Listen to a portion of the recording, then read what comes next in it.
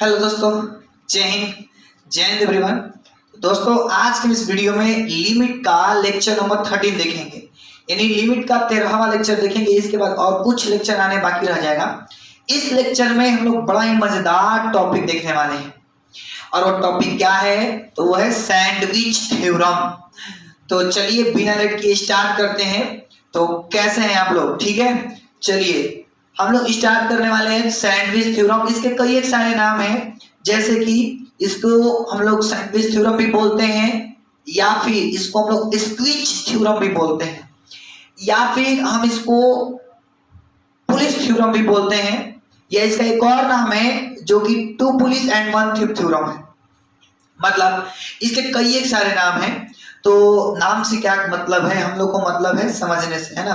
तो आइए बिना लेट किए समझते हैं अपना इसके बारे में, अपना डिटेल, है ना, कि ये क्या है क्या नहीं है। ठीक, ओके, सिंपल, इस बहुत आसान है। थोड़ा सा दिमाग लगाना है, थोड़ा सा सोचना है, फिर ये बहुत आसान हो जाएगा। आइए शुरू करते हैं। तो मान लीजिए कि एक शख्स और वाई एक्स हमने ले लिया, ऐसे कुछ करके नॉर्मली एक शख्स एंड वाई एक्स ले लिया। ठीक, अब सिंपल ध्यान से समझिएगा, हमने तीन फलन ले लिया। मैंने पहले ही बता देता हूं आपको, सैंडविच थ्योरम या पुलिस थ्योरम या स्क्विज थ्योरम ये तभी लगता है जब तीन फंक्शन दिए हुए हो, और अगर तीन फंक्शन नहीं दिया हुआ हो तो हम बनाने का प्रयास करते हैं, लेकिन ये लगता तभी है जब तीन फंक्शन हो। बात समझ गए? ठीक है, तो ये बात ध्यान रखना है कि ये लगता कब है, तो जब तीन फंक्शन हो तब लगता है। ये बात ध्यान में रखनी, ठीक है, बहुत अच्छा। अब सवाल है कि है क्या, वो समझते हैं। तो देखिए, मान लेते हैं तीन फलन है, एक का नाम है एफ एक्स, एक का नाम है y equal to f of x, एक का नाम है y equal to g of x, और एक का नाम है y equal to H of x. तो तीन फलन है, नाम है एफ एक्स, जी एक्स और एच एक्स। ठीक है, बेहतरीन। अब ऐसा है कि इन तीनों फलन, मतलब कोई भी फलन होता है तो उसका ग्राफ होता है। तो मैंने इन तीनों का ग्राफ ऐसे खींच दिया है। ठीक, तीनों फंक्शन का ग्राफ खींच दिया, बहुत अच्छा। अब जब मैंने इन तीनों फंक्शनों का ग्राफ खींचा, तो ग्राफ अगर आप देखेंगे तो एफ एक्स का ग्राफ ऊपर है, जी एक्स का ग्राफ बीच में है, और एच एक्स का ग्राफ सबसे नीचे है। यानी कुल मिलाकर हम ये बोल सकते हैं कि जो एफ एक्स है वो greater than equal to ji x है।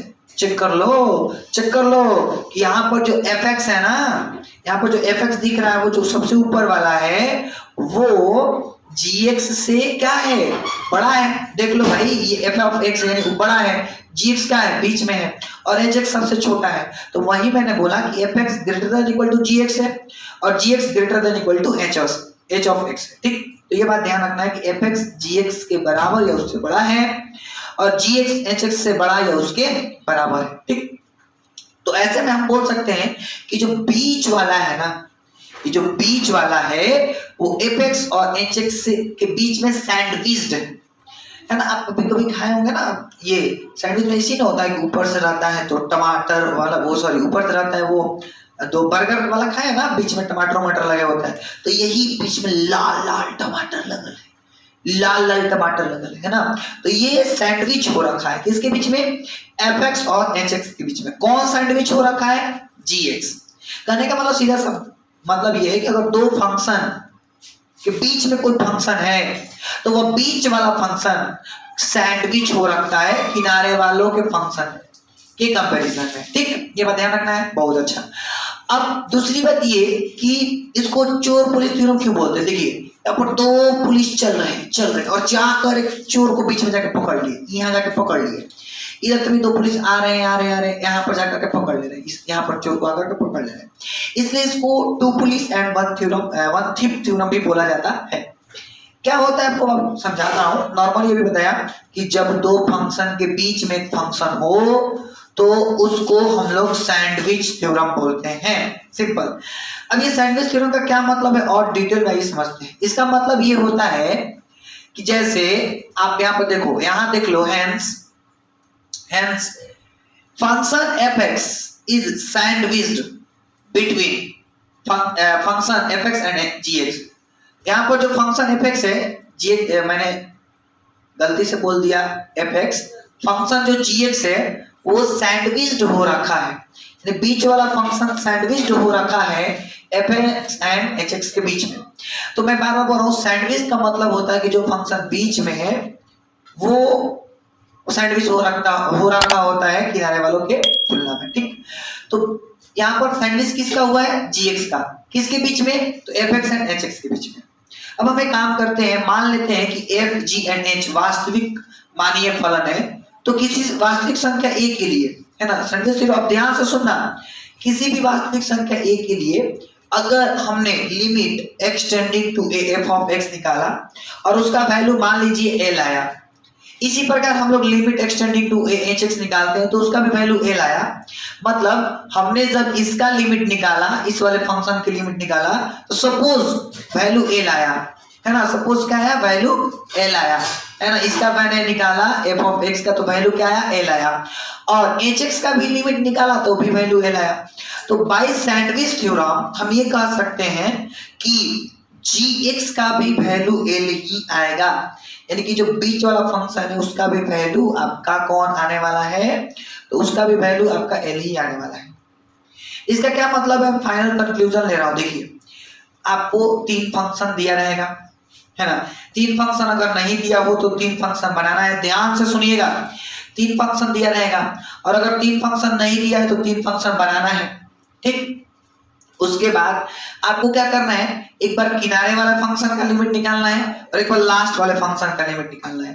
तो जो लिमिट है ना, मतलब जो वैल्यू किनारे वाला का आया है, जो वैल्यू लास्ट वाला का आया है, अगर इक्वल आ गया तो डेफिनेटली बीच वाला का भी वही मान आएगा और इसी को सैंडविच थ्योरम बोलते हैं, है ना। आइए एग्जांपल से समझने का प्रयास करते हैं। मैं एक बार लास्ट में बोल दूं, एफ एक्स का लिमिट निकालना, एच एक्स का लिमिट निकाला, दोनों का निकाला, सपोज एल आया, तो गारंटी है कि जी एक्स का भी एल ही आएगा, ये सैंडविच थ्योरम।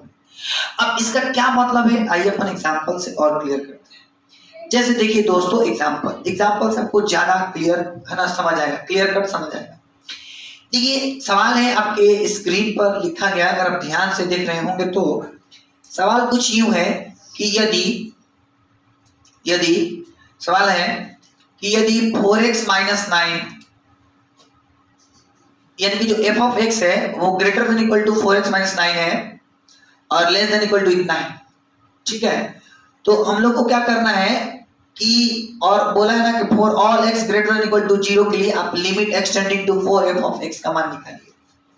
तो ये सवाल है और हम लोग को इसको सोल्व करना है। तो देखिए ध्यान से सॉल्यूशन करते हैं, एकदम फोकस करिएगा। पहला काम जो है वैसे लिख लेना है, जैसे है वैसे लिख लेना है, पहली बात तो, ठीक, बहुत अच्छा। यानी f of x greater than equal to इतना है और लेस देन इक्वल टू इतना है। अब जरा सोच के बताइए हमें क्या निकालना है, तो limit extending to 4f of x निकालना है। मतलब हमको क्या करना होगा, लिमिट एक्सटेंडिंग टू 4 लेना होगा, है ना। तो टेकिंग लिमिट एक्सटेंडिंग टू 4, है ना, मैंने टेकिंग कर लिया, टेकिंग ये लिमिट एक्सटेंडिंग टू 4 कर लिया, सब में ये ले लिया, है ना, ये आपको ले लेना है। देखो 3 फंक्शन दिया, 1 2 3, इसका मान निकालना है, तो सिंपल है ना एकदम, लिमिट एक्सटेंडिंग टू 4, फिर जैसे है वैसे, यानी 4x - 9 और फिर लिमिट एक्सटेंडिंग टू 4 और f ऑफ x, फिर less than equal to limit extending to 4, फिर x² - 4x + 7। आप देख सकते हो, यानी सिंपली दोबारा सुनिए, मैंने क्या किया, बस फंक्शन लिख दिया, मतलब जो भी सवाल में दिया था उसको लिख लेना है, जो भी बोलेगा लिमिट निकालो, दोनों तरफ लिमिट ले लेना है, ठीक, लिमिट ले लिया, बहुत अच्छा। अब आप क्या करो, सिंपल बस पुट करो, अगर नॉट डिफाइन वाला होगा या इनडिटरमिनेट फॉर्म बना रहा होगा तो सोल्व करेंगे, और अगर डायरेक्ट बन जाए तो मजा ही है। तो 4 रखा, तो 4 चौका 16 - 9, फिर ये हो गया हम लोग का लिमिट एक्सटेंडिंग टू 4, इसको तो निकालना है तो इसके साथ तो कुछ कर नहीं सकते हैं।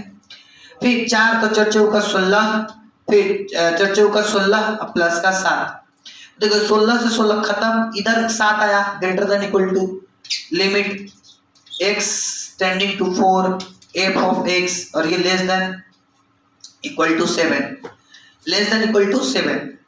अब जरा सोच के बताओ कि आप जरा देखो ना ध्यान से, इस वाले का भी वैल्यू 7 आया और इस वाले का भी वैल्यू 7 आया, तो by sandwich theorem we can say, by sandwich theorem by sandwich theorem we can say that limit x tending to 4 f of x is equal to 7। अरे भाई सिंपल सोचो ना कि एक ऐसा नंबर, मतलब समझिएगा सिंपल, इसका क्या मतलब समझिए, कोई फंक्शन है जो 7 से बड़ा या उसके बराबर है और कोई 7 से छोटा या उसके बराबर है, तो बताइए वह कौन संख्या हो सकता है। फिर से एक ऐसा नंबर है जो 7 से बड़ा है या उसके बराबर है, और एक ऐसा नंबर भी है जो 7 से छोटा है या उसके बराबर है, तो बताओ वो नंबर कौन हो सकता है। वो 7 ही तो होगा भाई, कि 7 से बड़ा और 7 से छोटा कोई और नंबर है। 7 से ही बड़ा और 7 से ही छोटा कोई दूसरा नंबर होगा। अपने सोचिए ना, 7 से ही बड़ा, 7 से ही बड़ा और 7 से ही छोटा, दोनों के बीच में कौन ऐसा नंबर है। 7 से ही बड़ा और 7 से ही छोटा के बीच में दोनों से कौन सा नंबर आएगा। 7 ही तो आएगा जी। आ सकता है क्या? नहीं, वो तो 7 से बड़ा हो गया।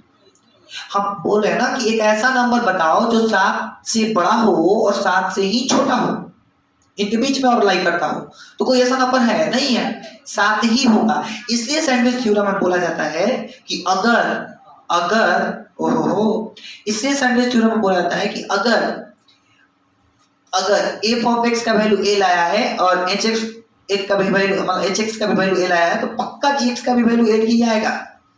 तो मैं वही बोल रहा हूँ, आई होप कि मेरे बात को आप समझ पा रहे होंगे कि एक नंबर बताओ, जैसे मैंने बोला एक नंबर बताओ जो 10 से बड़ा हो और 10 से ही छोटा हो। एक ऐसा नंबर बताओ जो 10 से बड़ा या उसके बराबर हो या 10 से छोटा या उसके बराबर हो और इनके बीच में हो, तो क्या बताओगे? 10 ही तो बताओगे भाई, और कोई दूसरा नंबर बता पाओगे नहीं। तो वही मैं बोल रहा हूं कि अगर इसका वैल्यू 7 आया, इसका वैल्यू 7 आया, तो definitely by sandwich theorem we can say that इसका भी वैल्यू 7 ही आएगा। पहले बताइए, बात क्लियर है ना?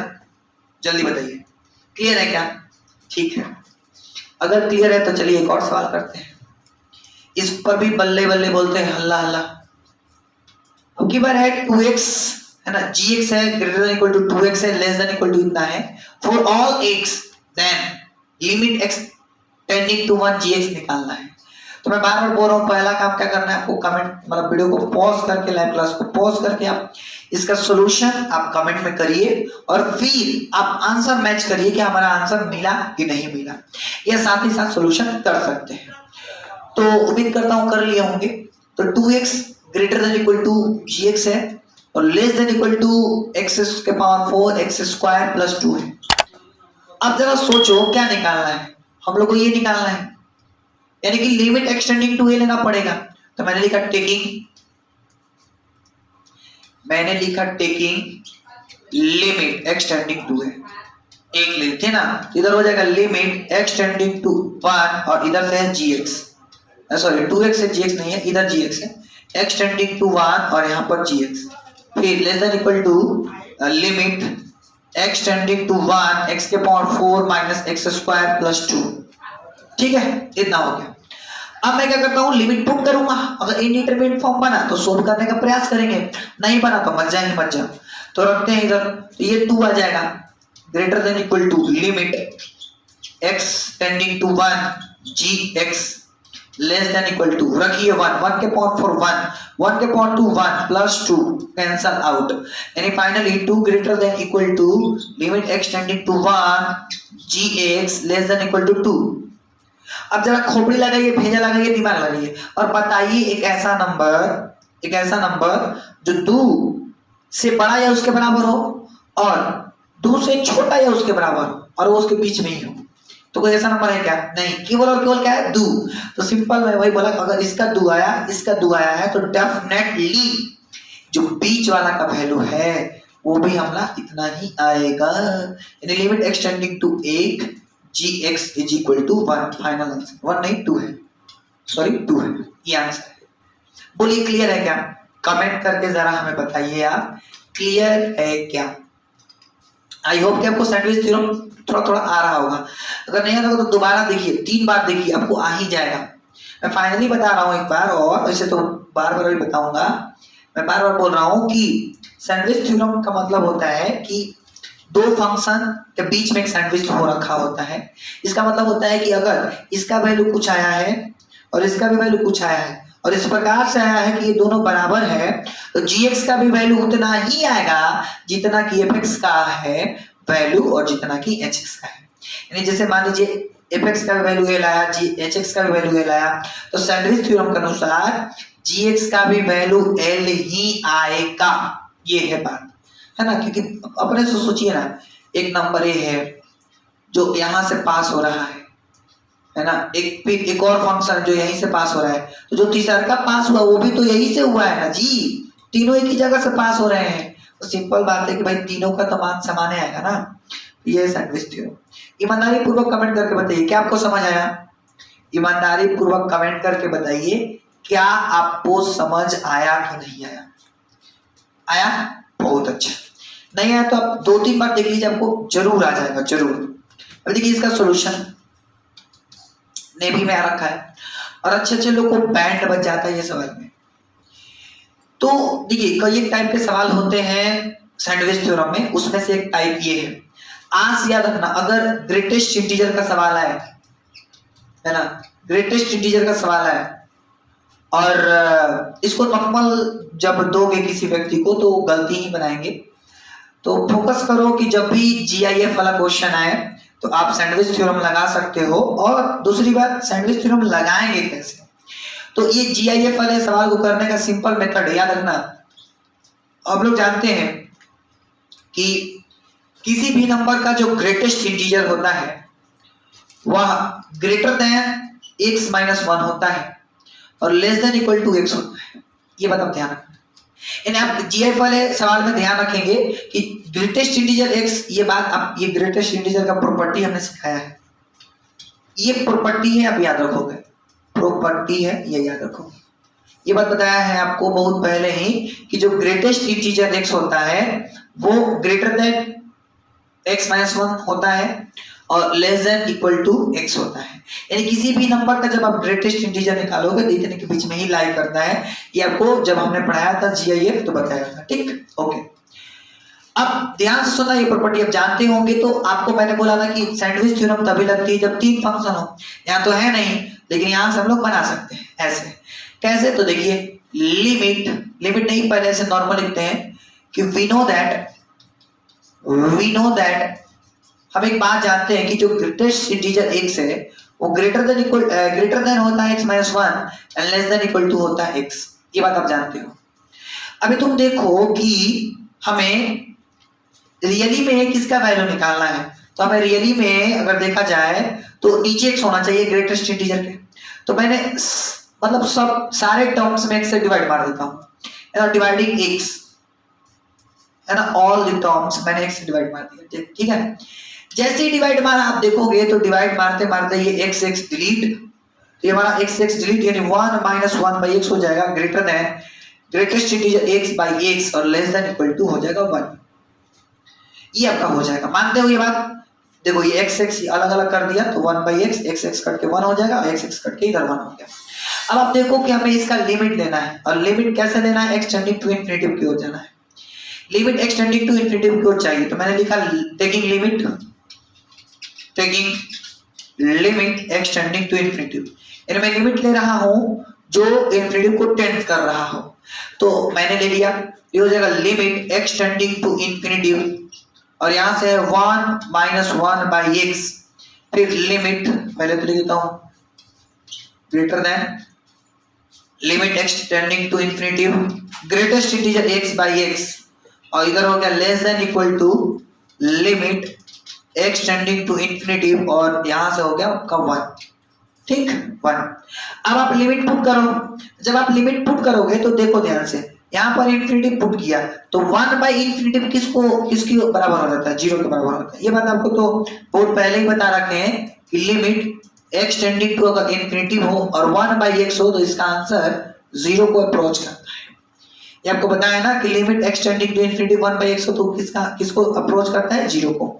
इसका मतलब ये 0 हो गया।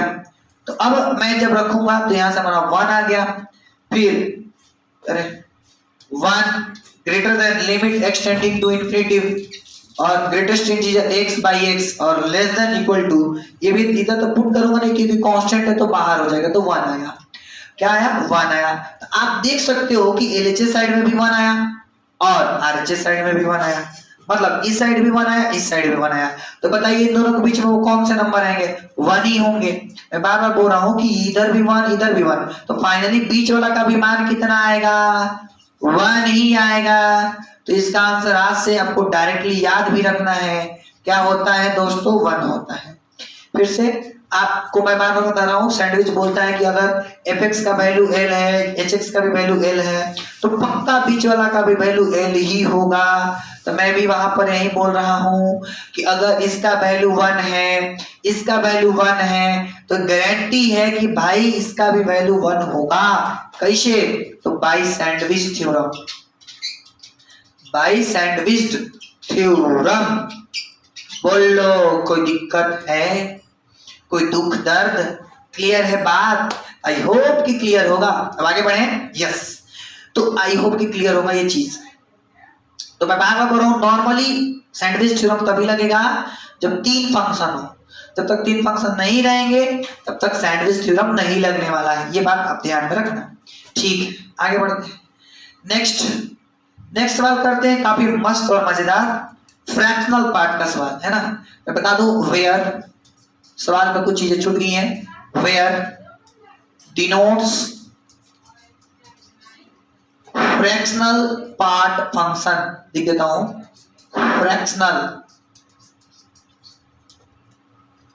Fractional part function. यानी कि यहां पर जो ये सिंबल लगाया गया है ऐसे करके कर्ली ब्रैकेट के जैसा, वो किसको डिनोट्स कर रहा है? फ्रैक्शनल पार्ट को डिनोट्स कर रहा है।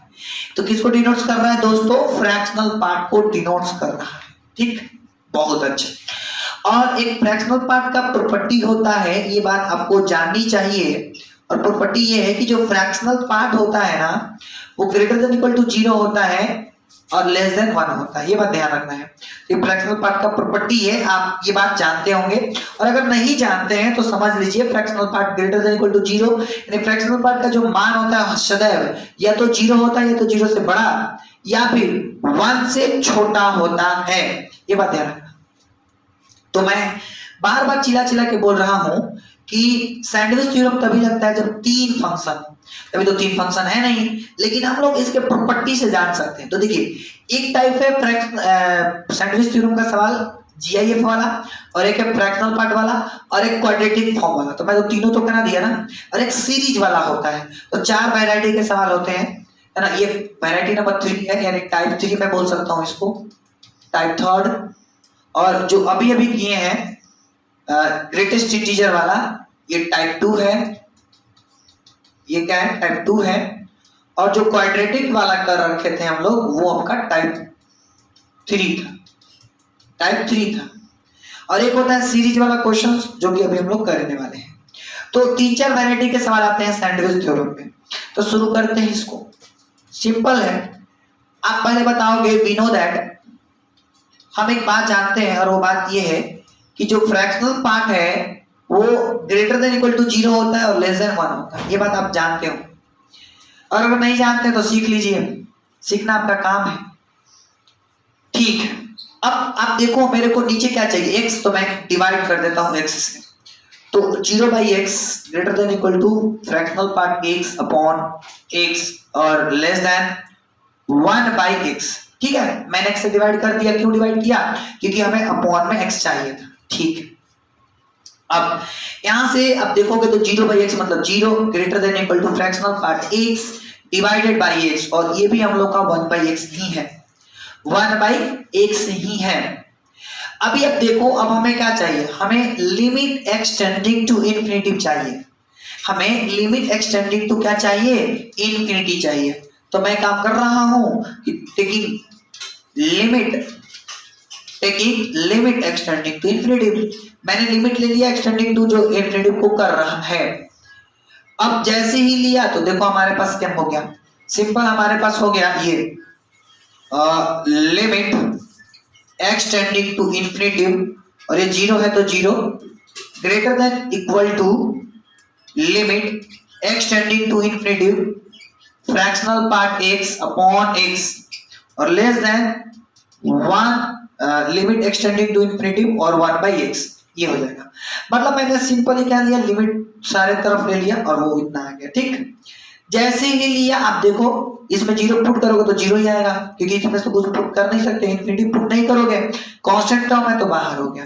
फिर ग्रेटर देन इक्वल टू जैसे है वैसे, जैसे है वैसे, fractional part x upon x, फिर लेस देन। अभी अभी सिखाए, देखो थोड़ी देर पहले ही पता है कि अगर ऐसा हो कि लिमिट हो x टेंडिंग टू इन्फिनिटी हो और 1/x हो तो उसका आंसर क्या होता है दोस्तों, 0 होता है।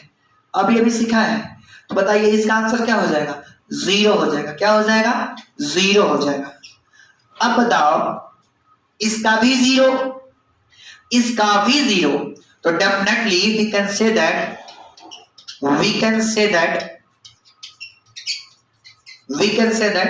the value of limit x tending to infinity fractional part x upon x is equal to 0 by Sandwich theorem.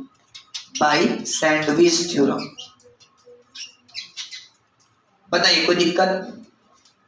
I hope कि आपको समझ आ रहा होगा। बोलिए बात क्लियर है क्या? जरा कमेंट करके एक बार हमको रूबरू करवा दीजिए कि हाँ सर सारी बातें क्लियर है। बोलिए बात क्लियर है तो बोलिए यस। बस छोटा छोटा प्रॉपर्टी याद रखना है, फ्रैक्शनल पार्ट का, फिर ग्रेटेस्ट इंटीजर का। अगर छोटी छोटी प्रॉपर्टी अगर आपको याद करके रखे हैं तो डेफिनेटली आप सोल्व कर सकते हो, क्योंकि इसमें 3 फंक्शन होना जरूरी है, और नहीं है तो बनाओ। आपको अच्छे अच्छे एग्जाम में बनाने पड़ेंगे, याद रखना पड़ेगा। वैसे इन 3-4 वैरायटी के अलावा कुछ पूछता ही नहीं है, जबकि मैं सब करवा दे रहा हूँ, तो घबराने का नहीं, क्योंकि हम है ना। ओके, एंड अंतिम टाइप के जो सवाल आते हैं फ्रैक्शनल सैंडविच थ्योरम में, और वो ये है, कुछ यूं होते हैं, काफी मजेदार सवाल है ये, और ये जेई मेंस का 2021 वाला जो एग्जाम हुआ था उसमें आ रखा है। तो मेनली 4 टाइप के सवाल होते हैं, ये टाइप आपका 4 है। पहला सवाल ग्रेटेस्ट इंटीजर से दिया जाएगा, दूसरा सवाल फ्रैक्शनल पार्ट से होगा, तीसरा सवाल आपका हो सकता है कि क्वाड्रेटिक वाला हो, चौथा टाइप सीरीज वाला सवाल आ सकते हैं जो कि यू है, मतलब ये। अब ऐसे सवाल को करना कैसे है सर, ये इंपॉर्टेंट है। आइए शुरू करते हैं। हमसे बोला है evaluate limit n tending to infinity और greatest integer x, greatest integer 2x, greatest integer 3x dot greatest integer x upon n square है, और ये जो n है वो नेचुरल नंबर को बिलोंग्स कर रहा है, तो हमें तो इसका मान निकालना है। तो मैं बार बार बोल रहा हूं कि आपको इसमें 3 फंक्शन होना जरूरी है, लेकिन तुम देख लो कि 3 फंक्शन तो है ही नहीं, तो मैं बार बार बोल रहा हूं ना, ग्रेटेस्ट इंटीजर का प्रॉपर्टी आपको इस्तेमाल करना होगा।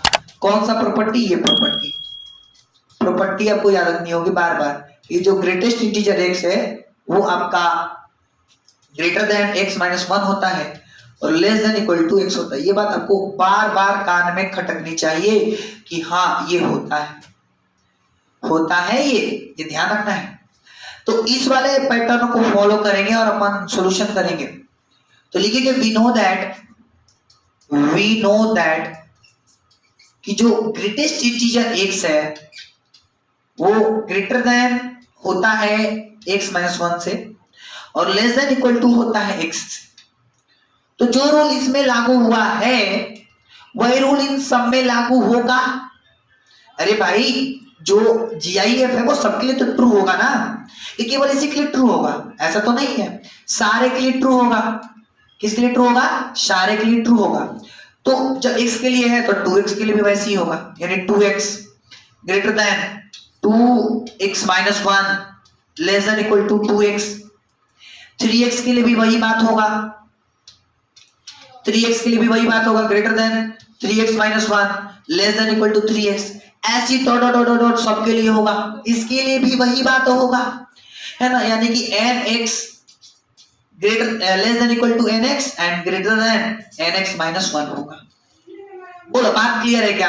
ये आपको समझ आया ना मैंने क्या बोला? मैंने बोला कि सारे ग्रेटेस्ट इंटीजर का इसी प्रॉपर्टी पर मैंने तोड़ा कि ये ऐसा है तो ऐसे ऐसे होगा, क्योंकि 3 फंक्शन बनेगा तो ही हम लोग सैंडविच थ्योरम का इस्तेमाल कर सकते हैं। अगर 3 फंक्शन ना हो तो सैंडविच थ्योरम नहीं लग सकता है।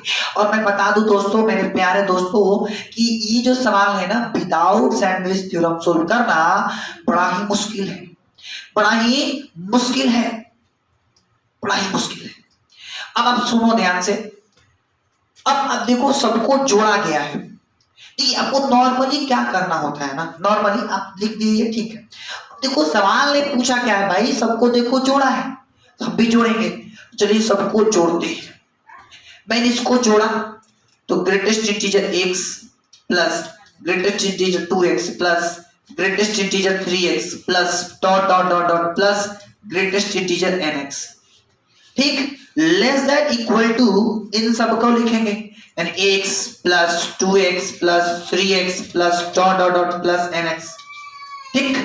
और ये होगा ग्रेटर देन x माइनस 1 है ना plus 2x minus 1 plus dot dot dot nx minus 1, ये होगा। ये बात आप मानते हो क्या? मैंने क्यों जोड़ा? क्योंकि सवाल में देखो जोड़ के पूछ रखा है तो जोड़ना तो पड़ेगा ना। अब आप देखो ध्यान से, मैं बार बार बोल रहा हूं, सवाल को देखते जाना है और करते जाना है काम। देखो पीछे वाला भी सवाल में तो यही किए थे ना, जैसे जैसे बोला था वैसे वैसे कर रहे थे। यहाँ पर भी देख लो, वहां पर भी यही काम किए थे। x बोला था x से डिवाइड करो तो डिवाइड किया था। ऐसे ही यहाँ पर तुम देख लो किससे डिवाइड करने के लिए बोल रहा है, ये डिवाइड करने के लिए बोल रहा है n स्क्वायर से, यानी इसका मान निकालना है तो n स्क्वायर से डिवाइड करना पड़ेगा।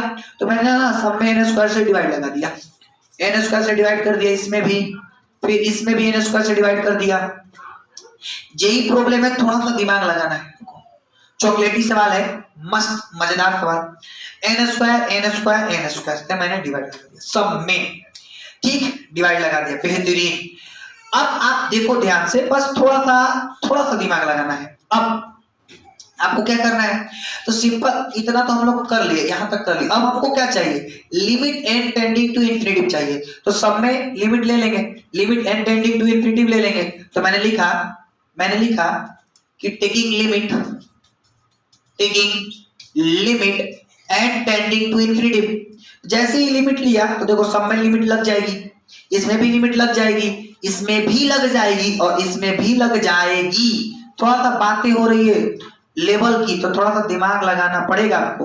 तो लिखेंगे limit n tending to infinity x minus 1 plus है आपका 2x minus 1 plus dot dot dot plus nx minus 1 है, और ग्रेटर देन है आपका ये limit n tending to infinity greatest integer ax plus greatest integer 2x plus greatest integer 3x plus dot dot dot plus greatest integer nx। फिर है आपका ये less than equal to, तो लेस देन इक्वल टू लिखूंगा, less than equal to limit x n tending to infinity है, n tending to infinity फिर ax plus 2x plus 3x plus dot dot dot plus nx, ठीक है ना ये। और सभी के नीचे n स्क्वायर, सभी के नीचे क्या है n स्क्वायर, तो मैंने लिख दिया। ये बात क्लियर है क्या? अब जरा सोचो, मैंने ये सब क्यों कर रहा हूं, क्योंकि ऐसा है कि सवाल में ये पूछा गया है, इसलिए मैं ये सब काम कर रहा हूं। अब आप देखो, मैं इतना तूफान काम नहीं करूंगा, मैं काम कर रहा हूं इन सबको, इनको ना मैंने काम करता हूं इतना बड़ा बार बार ना लिखना पड़े, इसलिए मैं इसको कुछ नाम दे देता हूं। लेट अस सपोज अल्फा, यानी इसको मैंने अल्फा बोल दिया, यानी अल्फा का ही मान निकालना है ताकि लिखने में आसानी हो, है ना, तो वो मैं काम कर रहा हूं। तो यहां से देखो limit n tending to infinity, देखो सारे x को जोड़ूंगा, ध्यान सुनना, x 2x 3x 4x dot dot dot nx को जोड़ूंगा। तो सभी में से आप देख लो, ये पहले मैं इधर आपको जोड़ के दिखाता हूं, मजा आएगा, मजा। इधर भी नहीं, इधर ये भी छोड़ देता हूं, इधर जोड़ता हूं। पहले तो ये ग्रेटर देन लिख लेता हूं और ये बीच में अल्फा लिख देता हूं और ये लेस देन इक्वल टू। देखिए जो भी अल्फा का मान, जो इधर मान आएगा, जो इधर मान आएगा वही अल्फा का मान होगा। और अल्फा इसको मैंने माना है, अल्फा मैंने इसको माना है, लेट किया है, और जो अल्फा का मान है वो इसका मान होगा। फिर हमारा आंसर आ जाएगा। तो इसमें ध्यान से देखना, एकदम एक एक लाइन फोकस करो दोस्तों। बताइए इन सब में से क्या कॉमन है? x कॉमन है, सब में से क्या कॉमन है? x। तो x कॉमन आ गया, ठीक है। तो limit n tending to infinity, x common है तो क्या बचेगा? 1 plus 2 plus dot dot dot dot plus n बचेगा, और अपॉन में n स्क्वायर बचेगा, अपॉन में n स्क्वायर बचेगा। समझ पा रहे हो जी? समझ पा रहे हैं, बेहतरीन। सिमिलरली इधर भी वही काम होने वाला है, limit n tending to infinity. यहाँ पर भी देखो x 2x 3x सब में से x कॉमन है, सॉरी x कॉमन है, x कॉमन तो क्या बचा होगा? 1 plus 2 plus dot dot dot plus n। अभी तुम देख लो इधर एक बाकी है, मैंने अभी एक के साथ कुछ नहीं किया, फिर से सुन लो। x 2x 3x 4x 5x nx में से x कॉमन ले लिया तो ये बच गया। अभी ये वाला 1 तो बाकी है, तो 1 1 1 1 1 कितना बार है? n टाइम्स है। 1 कितना बार है? n टाइम्स है।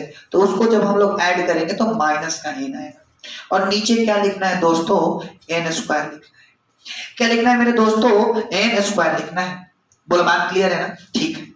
अभी आगे देख लो, मैं काम कर रहा हूं कि मैं इसको थोड़ा अलग अलग बांट दे रहा हूं, अलग अलग बांट दे रहा हूं। x 1 plus 2 plus dot dot dot plus n minus, और नीचे देखो, नीचे में n स्क्वायर लिख दिया, इसके नीचे भी वही लिख दिया n बाई n स्क्वायर। फिर greater than alpha less than equal to limit n tending to infinity, और ये जैसे है वैसे x into 1 plus 2 plus dot dot dot plus n square, और upon n square, upon n square. ठीक, n square ऊपर नहीं है, n है। ओके, बेहतरीन। अभी देखो n से n कट जाएगा एगो, तो फाइनली हमारे पास बचेगा limit n tending to infinity x, है ना? क्या बचेगा? x, और x बचेगा, फिर 1 plus 2 plus dot dot dot plus n upon n square minus 1 by n, क्योंकि एक n कट गया तो एक n बचा है। ठीक, फिर greater than alpha less than equal to limit n tending to infinity, ये जैसे है वैसे। अब आपको एक चीज याद दिलाता हूं जो कि आपको पीछे वाला क्लास में मैंने पढ़ाया है। मैंने आपको पढ़ाया कि जब भी सीरीज वाले सवाल आते हो, आपको अगर ध्यान होगा तब बनेगा, नहीं तो काम नहीं बनने वाला है। मैंने बताया था कि जब भी सीरीज वाले सवाल आ रहे हो तो उसका आंसर बस पावर हो जाता है, 1 बाई पावर। याद करो वो दिन मैंने जब सीरीज वाला सवाल करा रहा था कि 1 1 2 3 डॉट डॉट n तक जाता हो, ऐसे सवाल को करा रहा था ना, याद करो, करा रहा था ना। तो मैंने बोला था कि जब भी सीरीज वाले सवाल आए तो उसका सिंपल फंडा होता है कि 1 बाई 2 आंसर होता है। क्या होता है उसका आंसर? 1 बाई 2 होता है। तो बताइए इसका आंसर क्या हो जाएगा? 1 बाई 2 हो जाएगा। इसका आंसर 1 बाई 2 मानते हो ना? सीरीज वाला सवाल को याद करो और आंसर हमें पता, इसका आंसर आप मानते हो ना 1 बाई 2 है। ये आप अब जिनको नहीं आता है भाई उनमें दोष है, क्योंकि आप पीछे वाला लेक्चर को कवर नहीं किए हैं। मैं एक बार लिख देता हूँ रीजन, मैं ऐसे तो बताया हूँ लेकिन लिख देता हूँ कि limit n tending to infinity 1 plus 2 plus 3 plus dot dot dot plus infinity, infinity नहीं n अपॉन n स्क्वायर। इसका आंसर हमने आपको पढ़ा रखा है 1 बाई 2। ईमानदारी से बोलिएगा यस कि नो, बोलो पढ़ा रखे है ना? आंसर है जी सर पढ़ा रखे, बहुत अच्छा। तो ये आप पढ़ा रखे हैं, इसमें कोई दिक्कत वाली बात नहीं है, ये हम लोग जानते हैं, बेखूबी जानते हैं। तो इस वाले हिसाब से हम लोग का क्या हो जाएगा? अच्छा, तो इसका आंसर हो जाएगा 1 बाई 2 और x ऊपर है, तो यानी फाइनली इसका हो जाएगा alpha greater than less than equal to x by 2, क्योंकि 1 बाई 2 आया है, इसका मल्टीप्लाई करेंगे तो x बाई 2 आ जाएगा। ठीक, ओके। फिर इधर देखो ग्रेटर देन, अभी तुम देखो यहाँ पर भी इसका भी आंसर 1 बाई 2 होगा, 1 बाई 2 होगा, और यहाँ पर जब हम अनंत रखेंगे तो ये हो जाएगा 0। यहाँ पर जब मैं अनंत रखूंगा तो 1 बाई इंफिनिटी 0 हो जाएगा, तो ये तो 0 होगा, इससे कोई टेंशन ही नहीं है। और इसका भी आंसर देख लो, इसका भी आंसर 1 बाई 2 है, इसका भी जो आंसर है वो 1 बाई 2 है, और x ऊपर है तो ये हो जाएगा अगेन x बाई 2। अभी x बाई 2 ये भी हो गया, तो अब अपने से सोचो अल्फा जो है वो कहां से कहां है? ग्रेटर देन x बाई 2 है और less than equal to x by 2 है। तो सिंपल सी बात समझ में आ गया। अगर ऐसा है तो हम लोग बोल सकते हैं फाइनली, इसलिए alpha is equal to x/2। और अल्फा क्या था, अल्फा ये था, यानी हमने इसका मान निकाल के ला दिया जो कि x/2 है। तो ये था जेईई मेंस 2021 का सवाल। बड़ा ही मजेदार था और मस्त और बहुत ही लॉलीपॉप था, थोड़ा सा दिमाग लगाना है। आई होप, उम्मीद करता हूं आपको समझ आया होगा, और अगर नहीं है तो दोबारा देख सकते हैं, ठीक है ना। उम्मीद करता हूं समझ आया होगा। तो यहाँ से हम लोग सैंडविच थ्योरम के जितने भी प्रॉब्लम्स होते हैं मेनली मैक्सिमम करवा दिया। अब आपसे कोई भी सवाल पूछा जाएगा सैंडविच थ्योरम से, तो डेफिनेटली अगर आप अच्छे से लेक्चर को देखे होंगे तो कर सकते हैं। तो एक बार दोबारा भी देख सकते हैं, अगर आपको ज्यादा मजा आना, अगर लगे कि नहीं और देखना चाहिए तो देख सकते हैं। तो चलिए फिर आज के लिए हम लोग इतना ही रखेंगे। तो मैं बता दूं कि और कुछ लेक्चर आने वाले हैं और जेईई बेस्ड सवाल आएंगे फिर, जो कि पीवाईक्यू होंगे और आने वाले भी हो सकते हैं उसमें से, तो वो भी सवाल हम लोग करेंगे। तो आज के लिए इतना ही रखेंगे। आपको मैं बता दूं, अगर आप चैनल पर नए आए हैं तो चैनल को सब्सक्राइब कर लीजिए और अपने फ्रेंड्स को शेयर करिए, जितना हो सके उतना शेयर करिए अपने दोस्तों के पास। और चैनल पर नए आए तो सब्सक्राइब कर लीजिए, तो ही एक हमें मोटिवेशन मिलेगा, तो और अच्छे लेवल का सवाल हम लोग करवाना शुरू कर देंगे। मैं बता दूं थोड़ा सा ऑफलाइन बैचेस के बारे में। तो ऑफलाइन बैचेस 2 जगहों पर चलता है, एक आरा में और एक गढ़नी में, मैथ विजन के नाम से। एडमिशन ओपन है फॉर ऑल क्लासेस, 9, 10, 11, 12 सभी क्लासेस के लिए एडमिशन ओपन है। और 11th क्लास के लिए न्यू बैच भी हाल फिलहाल में स्टार्ट हुआ है, बाकी सब बैचेस स्टार्ट है और एडमिशन भी ओपन है। मैं बता दूं आरा में ब्रांच है महाराजा हाथा गली नंबर 2 में, और गढ़नी में प्रियांशु मॉल के पीछे शांति नगर, है ना। तो आप जहां भी पढ़ना चाहते हैं पढ़ सकते हैं एकदम ईमानदारी पूर्वक। और अधिक जानकारी के लिए आप नंबर दिया गया है, कॉल कर सकते हैं 6206489771 पर, या व्हाट्सएप से एसएमएस भी कर सकते हैं और अपना बातों को समझ सकते हैं, जान सकते हैं। और मैं बता दूं आपको कि अगर आपको पीडीएफ चाहिए तो इसी नंबर पर आपको एसएमएस करना होगा, आपको पीडीएफ मिल जाएगा हर एक लेक्चर का। कुछ समय बाद सारे लेक्चर के नीचे पीडीएफ अपलोड हो जाएंगे, आप यहां से भी ले सकते हैं। धीरे धीरे काम हो रहा है सारा, है ना, आप घबराइए नहीं, अलग लेवल पर हम लोग जाएंगे। बस आप शेयर करते रहिए, सपोर्ट करते रहिए और अपने फ्रेंड्स को बताते रहिए। इसी जज्बा और जुनून के साथ जाने का टाइम आ चुका है मेरा। तो आज के लिए इतना ही, मिलेंगे कल दोबारा नए जज्बा और नए जुनून के साथ। तब तक के लिए जय Hind and thanks for watching.